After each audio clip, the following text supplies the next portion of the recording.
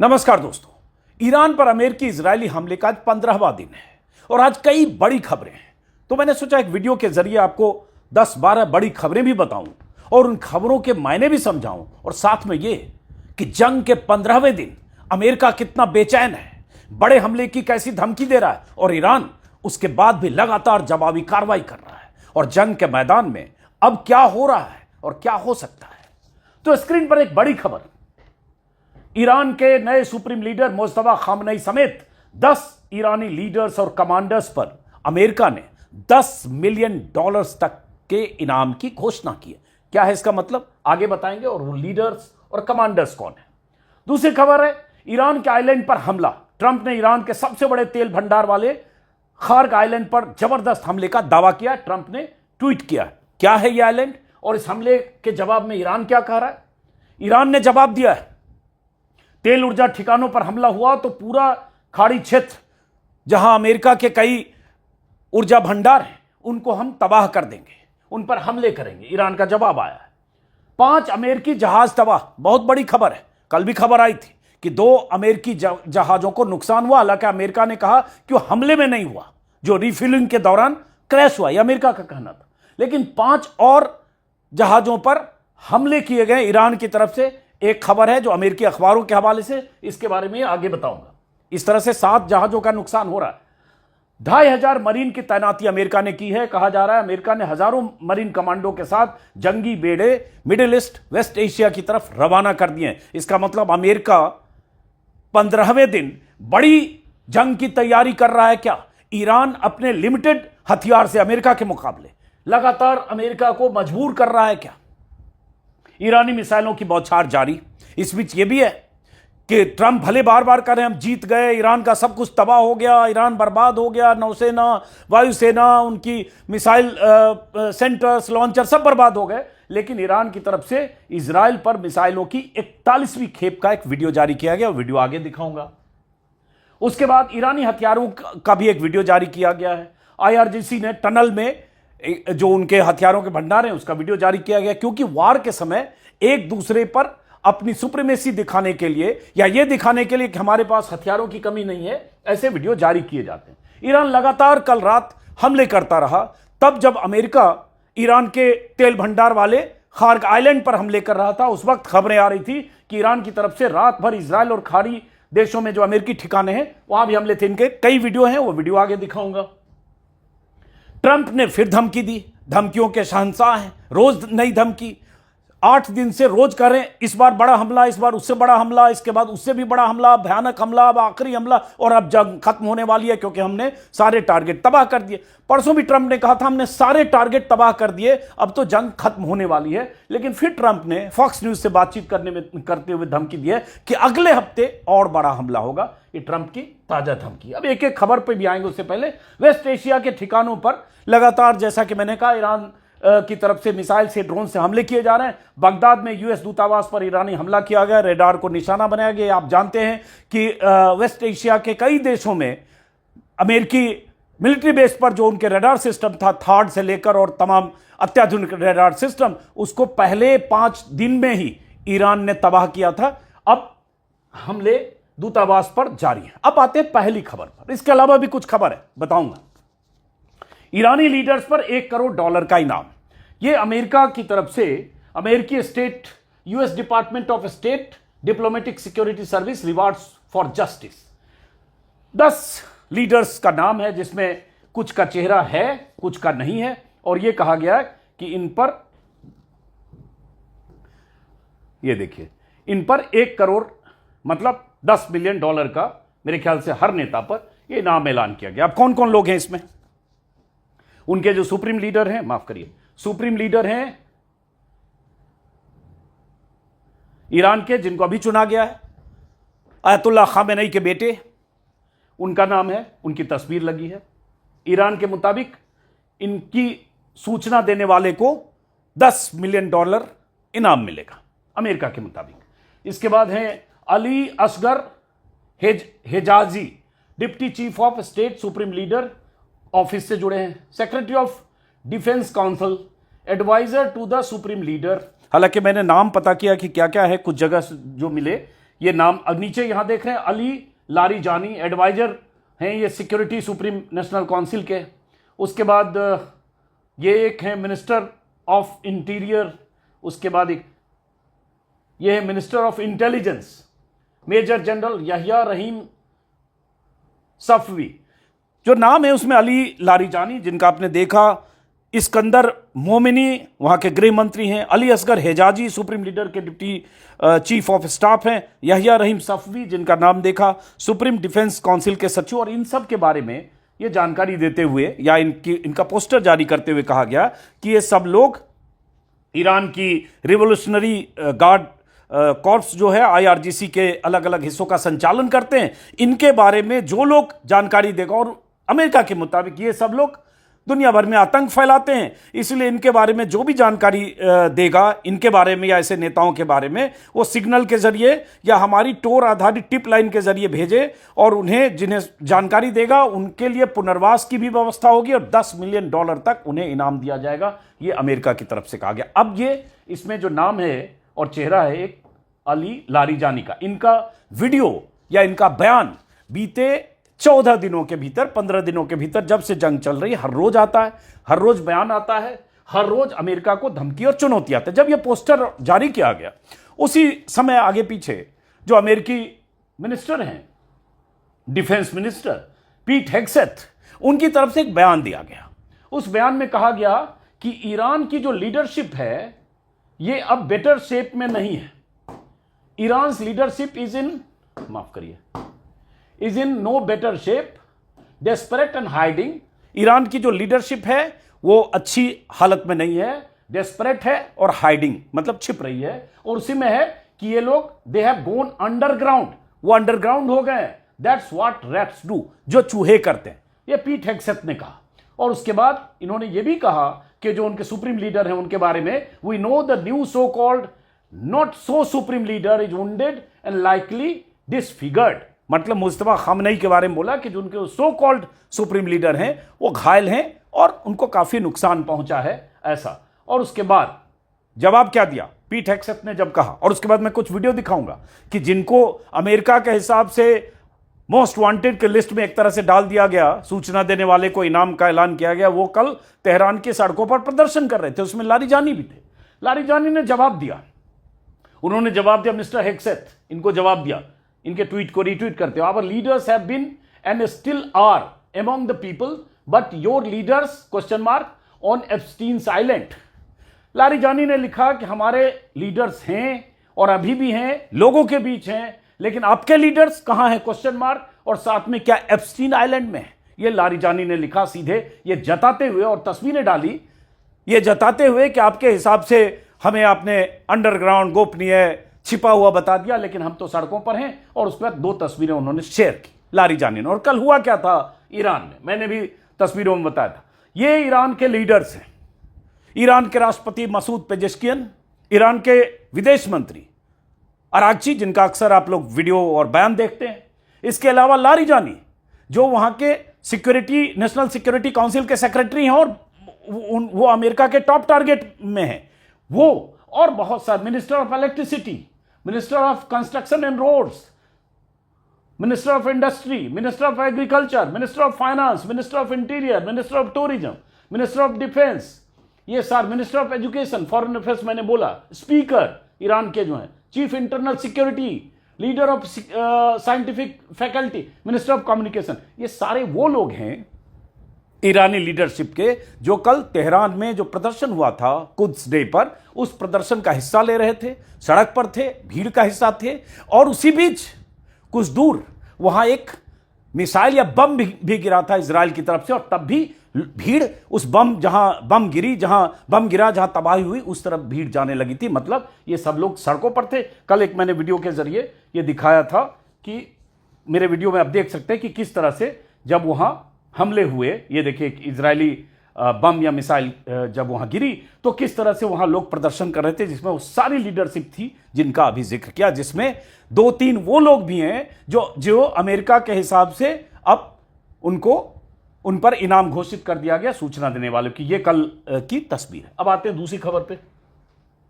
Trump ने कहा, ऐलान किया, हमले हुए कि ईरान के खार्ग आइलैंड पर भारी बमबारी हुई।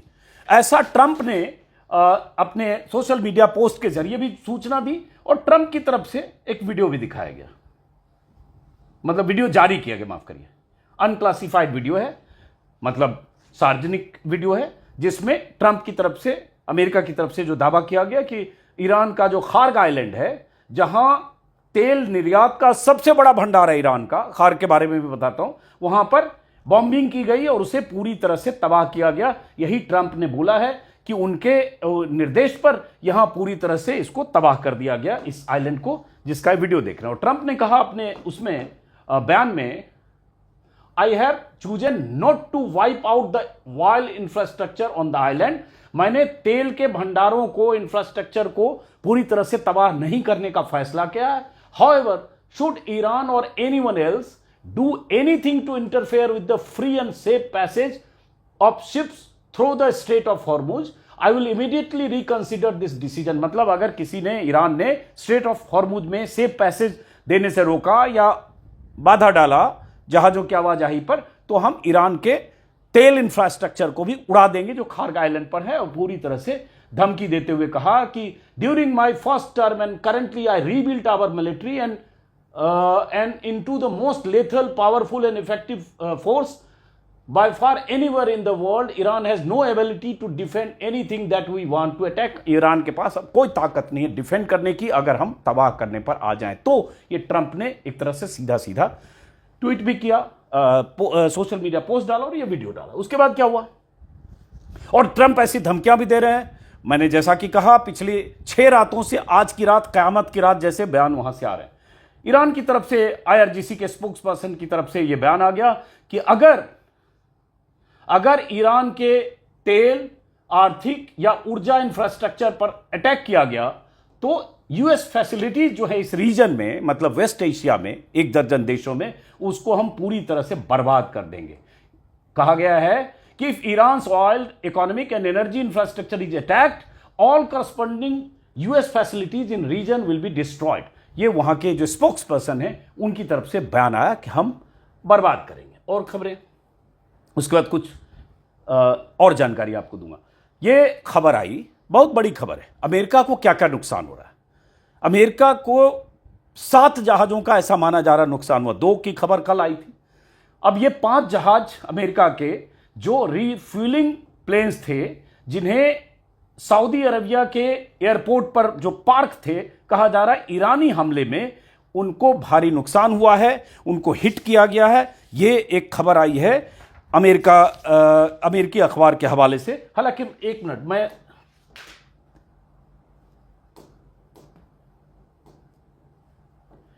अमेरिकी उस विमान पर आने से पहले मैं जरा इसके बारे में बता दूं। ये खार्ग आइलैंड क्या है।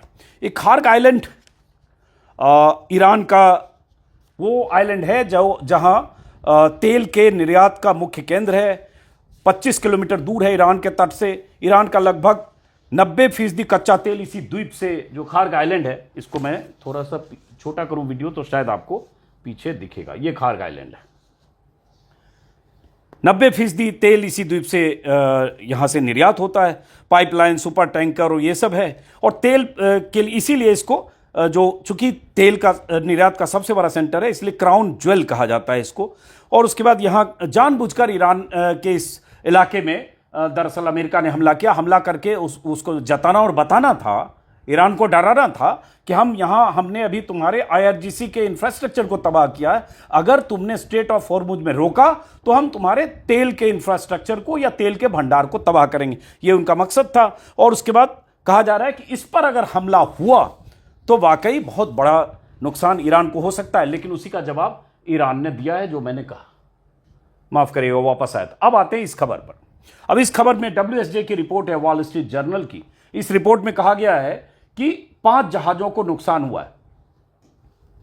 अब ये अमेरिका के 5 जहाज ये और कल वाले 2 मिला के 7 हुए। इसमें कहा गया है कि एयर टू एयर टैंकर जो होते हैं, जो जहाज, जब चूंकि लंबी दूरी के जहाज हैं, फाइटर अमेरिका से अलग अलग जगह से, बेस से, ब्रिटेन से, जहां से भी उड़कर आते हैं, उनको मिड एयर में ही रिफ्यूलिंग करनी पड़ती है। और इसका वीडियो अमेरिका ने दिखाया, जारी भी किया था। तो उसी रिफ्यूलिंग के दौरान जो जहाज का इस्तेमाल होता है उनमें से 5 जहाज़ों को नुकसान पहुंचा है। WSJ की रिपोर्ट के मुताबिक विमान पूरी तरह से नष्ट नहीं हुए हैं, लेकिन उनमें काफ़ी रिपेयर करना पड़ेगा। कुछ विमान हो सकता है पूरी तरह से उड़ने लायक न भी हों।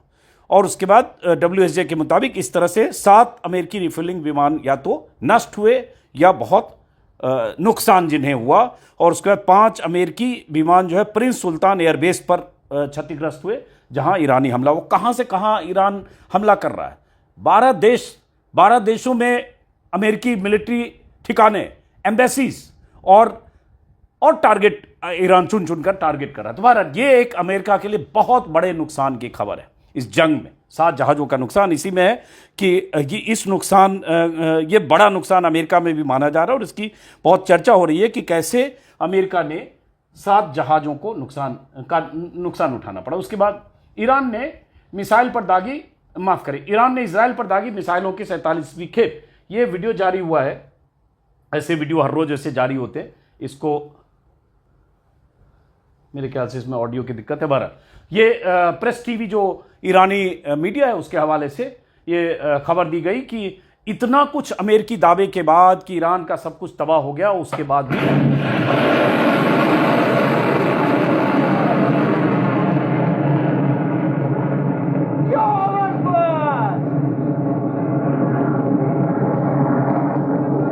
इतने दावे के बाद कि ईरान पूरी तरह से लगभग तबाह हो गया, उसकी सैन्य ताकत तबाह हो गई, उसके बाद भी ईरान से मिसाइलें दागी जा रही हैं, कल भी दागी गई। उसके बाद एक खबर आई कि IRGC ने, ईरानी रिवोल्यूशनरी गार्ड ने हथियारों का एक वीडियो जारी किया टनल में जो उनके हथियार हैं, जिसमें कहा जा रहा है, जैसे ये खबर आ रही है पिछले 3 दिनों से अमेरिकी अखबारों के हवाले से ही, कि ईरान स्ट्रेट ऑफ हॉर्मुज में सी माइंस, नेवल माइंस बिछा सकता है, या ईरान के पास ऐसे हथियारों का जखीरा है जो अमेरिका और इजराइल को नुकसान पहुंचा सकता है स्ट्रेट ऑफ हॉर्मुज में और आने वाले दिनों में। और उसको रखने का इंतजाम ईरान ने ऐसे किया है कि जमीन से 50 फीट, 100 फीट, 150 फीट नीचे टनल ऐसे बनाए, समंदर में भी कहते हैं टनल बने हैं, जहां उनके हथियार रखे गए हैं ताकि वहां कोई पहुंचे नहीं, और ईरान अपने ढंग से उन हथियारों का इस्तेमाल कर रहा है। तो यह वीडियो एक जारी किया है IRGC ने, यह है।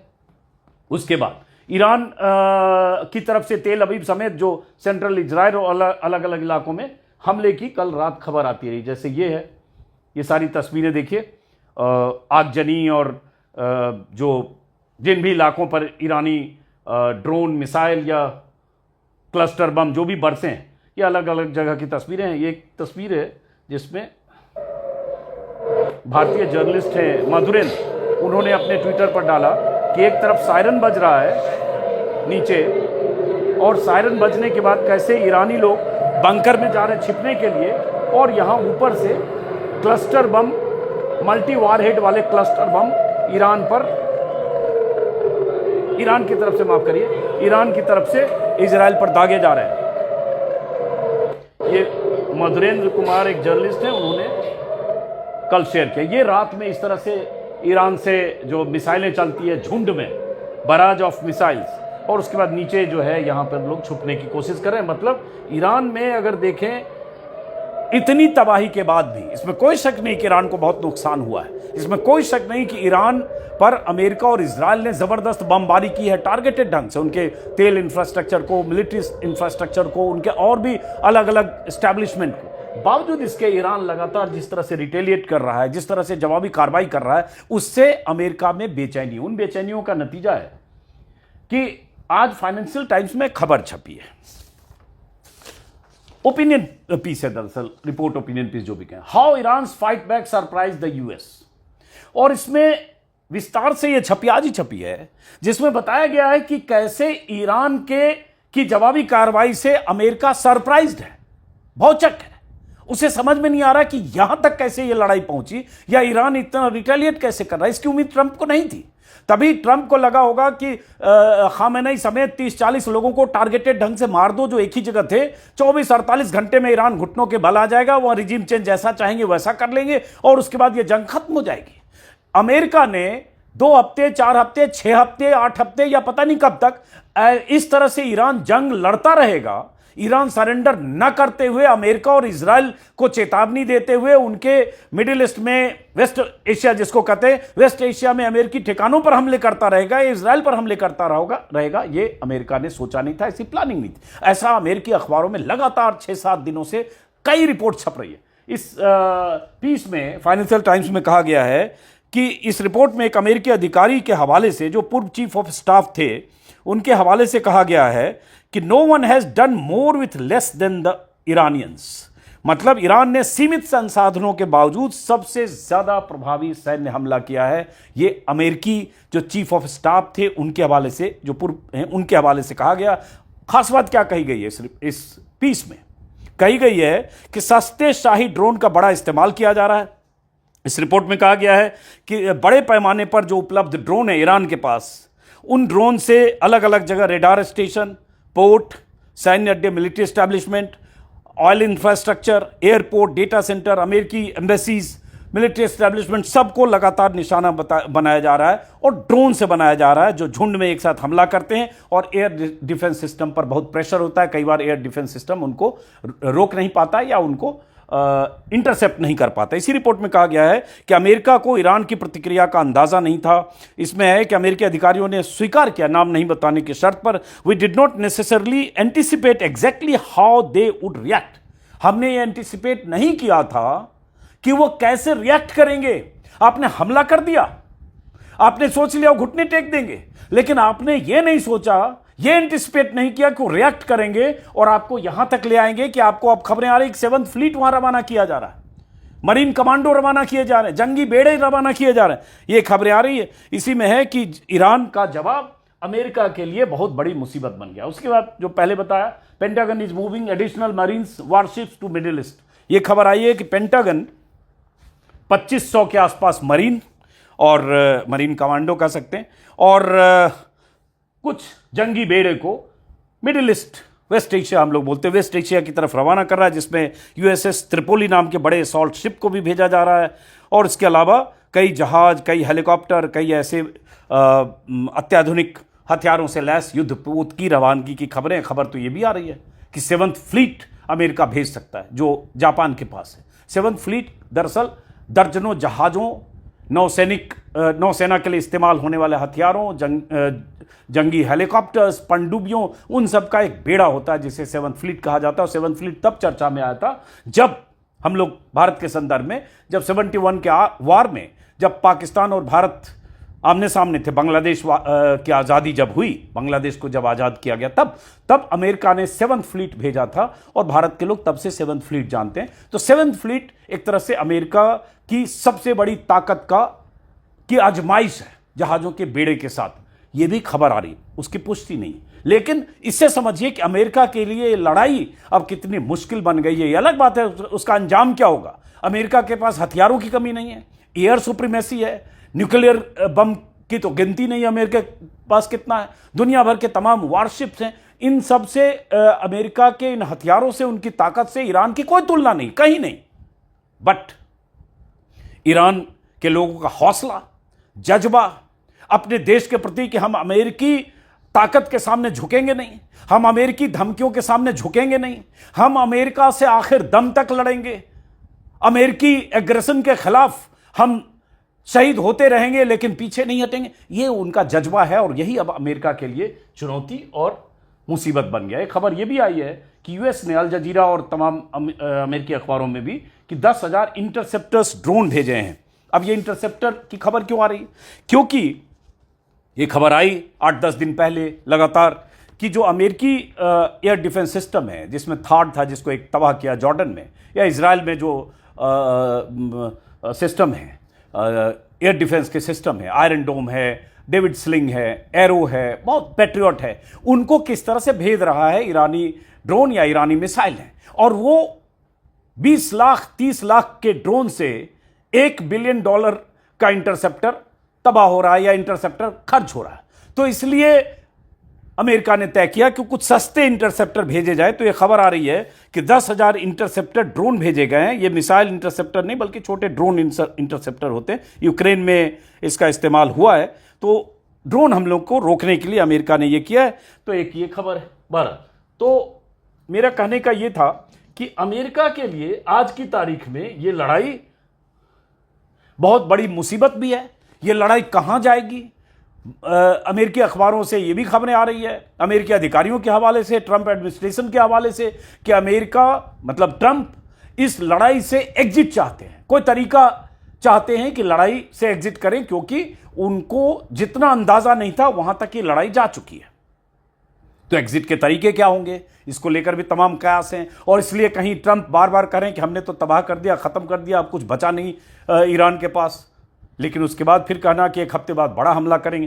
तो ये सारी खबरें हैं। बहरहाल फिलहाल ईरान की तरफ से यह है कि ईरान किसी भी सूरत में आज की तारीख में अमेरिका के सामने झुकने को तैयार नहीं है। और अब अगर अमेरिका बड़े जंगी बेड़े के साथ, मरीन कमांडो के साथ, जैसे ये भी बहुत सारे लोग मानते हैं कि जब तक बूट्स ऑन द ग्राउंड नहीं होंगे, जमीन पर अमेरिकी सेना नहीं उतरेगी, तब तक ईरान में रिजिम चेंज करने जैसी नौबत लाना ईरान के लिए यह मुश्किल है। लेकिन क्या अमेरिका वो जोखिम मोल लेगा? जो हश्र अमेरिका का अफगानिस्तान में हुआ या वियतनाम में हुआ, अफगानिस्तान से अमेरिका को भागना पड़ा। और बार बार हम लोग बोलते, सब लोग जो जानकार हैं वो बोलते हैं, उन्हीं सबसे हम लोगों ने समझा है कि ईरान लीबिया, सीरिया या इराक नहीं है। इसलिए अमेरिका को लगता है कि बूट्स ऑन द ग्राउंड के साथ इस लड़ाई में उतरना उसके लिए बड़ी मुसीबत होगी। तो अमेरिका और क्या कर सकता है? इसके लिए तमाम तरह की जो जानकारियां जैसे जैसे आती रहेगी आपको पहुंचाता रहूंगा। फिलहाल इस वीडियो को यहीं खत्म करते हैं, मुलाकात होगी। नमस्कार।